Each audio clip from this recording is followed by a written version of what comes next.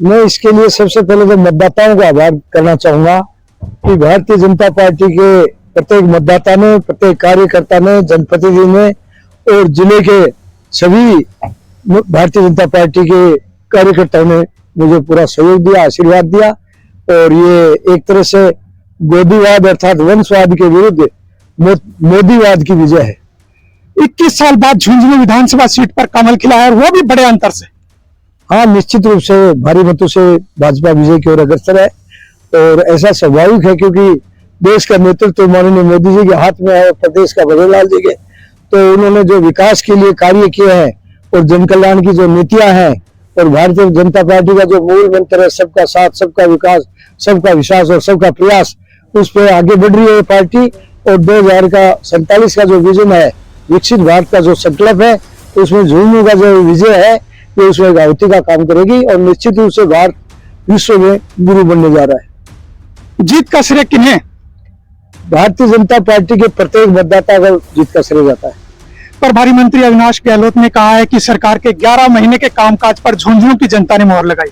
निश्चित रूप से 11 महीने के काम पर, उसमें भी विशेष रूप से यमुना जल समझौता जो कि पिछले साल से लंबित पड़ा था और आने वाले 8 महीने के अंदर ही माननीय भगवलाल जी ने और केंद्र की सरकार और हरियाणा की सरकार ने हमें पेयजल बनाया, वो झुंझुनू के लिए लाइफ लाइन सिद्ध हो रहा है। और आने वाले समय में मैं निश्चित रूप से सिंचाई का पानी उपलब्ध कराऊंगा, जनता को ये बात के लिए आश्वस्त करता हूँ। और विकास की जो भारतीय जनता पार्टी की रणनीति है उस पर भी मोहर लगाई है और उसमें अविनाश जी गहलोत हमारे प्रभारी मंत्री सहित समस्त शीर्ष नेतृत्व को मैं आभारी हूँ कि उन्होंने इस चुनाव में अपने पूरी मुस्तैदी से कार्य किया और जनता को पूरी जो भारतीय जनता पार्टी की जन कल्याण नीतियां उनको आखिरी छोर तक पहुंचा है। उसी का परिणाम है कि भारतीय जनता पार्टी ऐतिहासिक जीत की ओर आगे बढ़ रही है। सांसद ओला के पुत्र ब्रजेंद्र ओला को जनता ने नकारा। क्या देखते हैं झुंझुनू की जनता में उनके प्रति विश्वास कम? विश्वास तो उन्होंने बनाने की कभी कोशिश नहीं की। 4 साल से वो 4 बार के जनप्रतिनिधि थे तो जनता से कोई लगाव भी नहीं रखा और विकास के प्रति बिल्कुल उदासीन रहे। उसी का परिणाम है कि इस वंशवादी परंपरा को उखाड़ते हुए और विकास के प्रति जो उनकी यथास्थिति थी उसको दूर करते हुए विकास को आगे बढ़ाने के लिए भारतीय जनता पार्टी को सिलेक्ट किया।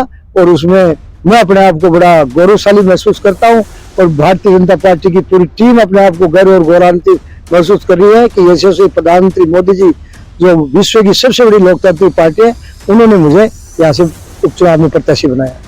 ये थे झुंझुनू विधानसभा उपचुनाव में नवनिर्वाचित विधायक राजेंद्र बांबू, जिन्होंने कहा कि 11 महीने के कामकाज के बल पर यहाँ की जनता ने मुझ पर विश्वास जताया है और यमुना नहर को लाने को लेकर मैं पूर्ण रूप से काम करूंगा। करसन सिंह शेखावत, न्यूज़ 18 राजस्थान, झुंझुनू।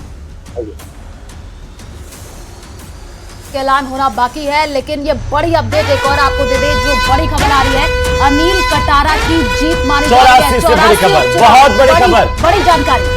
84 से अनिल कटारा जीत गए हैं। इस वक्त की सबसे बड़ी खबर आ रही है। झुंझुनू के बाद दूसरा नतीजा 84 सीट से, जहां पर अनिल कटारा बीएपी के प्रत्याशी की जीत यहां पर हो गई है। बड़ी जानकारी, अनिल कटारा की जीत होने की जानकारी सामने आ रही है। बिल्कुल, 84 सीट आपको बता दें कि बीजेपी की तरफ से कारीलाल मीणा यहां से उम्मीदवार के तौर पर थे। कांग्रेस प्रत्याशी महेश रोत और बीएपी के तरफ से अनिल कटारा, और अनिल कटारा की जीत हो गई है। इस वक्त की सबसे बड़ी जानकारी, तो 7 सीटों में से 2 सीट पर जो है चुनाव नतीजे आ चुके हैं। झुंझुनू की बात कर ले, औपचारिक ऐलान होना बाकी है। वहां से राजेंद्र बांबू की जीत हुई है और 84 सीट से बीएपी के प्रत्याशी अनिल कटारा की जीत मानी जा रही है। देखिए, कारीलाल नीनामा ननोमा जो है वो यहाँ पर बढ़त नहीं बना